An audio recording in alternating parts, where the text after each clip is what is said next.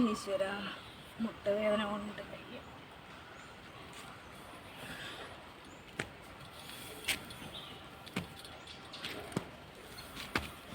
എന്തൊരു വിധി ഇത്! ഇങ്ങനൊരു വിധി ആയിരിക്കും കൊടുക്കല്ലേ ഭഗവാനെ.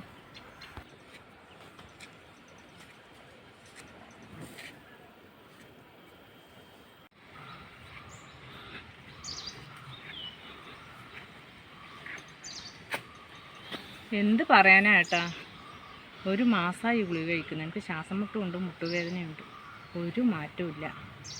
ഈ പാലം കടന്നിട്ട് വേണ്ടേ അപ്പുറത്തെത്തണമെങ്കിൽ. ഇവിടെയാണെങ്കിൽ ഒരു വണ്ടിയും കിട്ടാനില്ല. എന്താ വണ്ടിയൊന്നുമില്ലെങ്കിൽ മോളെ, വീട്ടിൽ ഒന്നിച്ച് വരാൻ വേണ്ടി സ്വന്തക്കാരും ഇല്ലേ? ആരുമില്ല ഏട്ടാ. വയസ്സായ അമ്മയും കിടപ്പ് രോഗിയായ അച്ഛനും ആരുമില്ല. എന്നാ ഒരു കാര്യം ചെയ്യും മോളെ, ഞാൻ കൊണ്ടുപോവാ നിന്നെ ആശുപത്രി. ആ ഓക്കെ.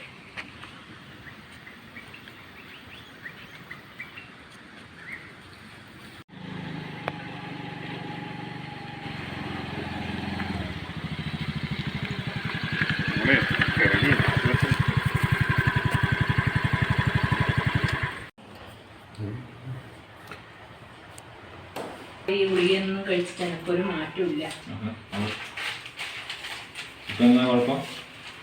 മൊത്തം വേദനയാണ്. ശ്വാസം മുട്ടുണ്ട്, വേദന.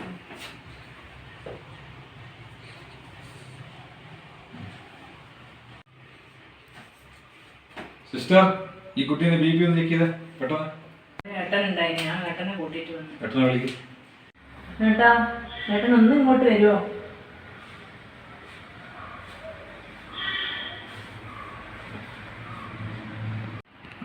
രാധിക പുറത്തിരിക്കും.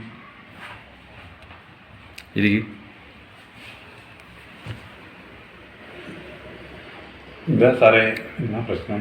പൾസ് വളരെ കുറവാണ്. നിങ്ങളൊരു കാര്യം ചെയ്യും, വലിയ ഏതെങ്കിലും ഹോസ്പിറ്റലിൽ പോയിട്ട് ഒന്ന് ഡീറ്റെയിൽ ചെക്ക് ചെയ്യാം. എന്നിട്ട് അതിന് വേണ്ട ട്രീറ്റ്മെൻറ്റ് എടുക്കുക. ഇവിടെ അതിനുള്ള സൗകര്യങ്ങൾ കുറവാണ്.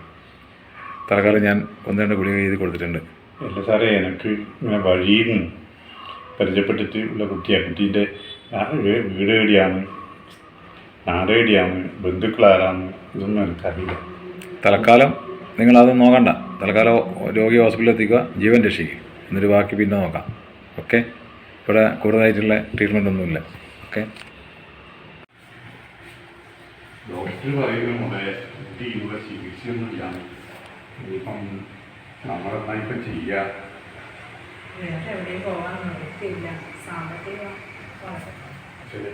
അങ്ങനെ പറഞ്ഞാൽ ശരിയാവില്ല മോളെ. ജീവൻ കഴിഞ്ഞിട്ടല്ലേ ബാക്കിയല്ല.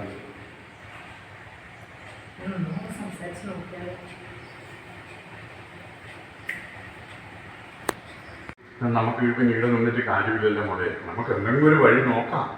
ജീവല്ലേ ഇല്ല ഒരാളെ. നടക്കും.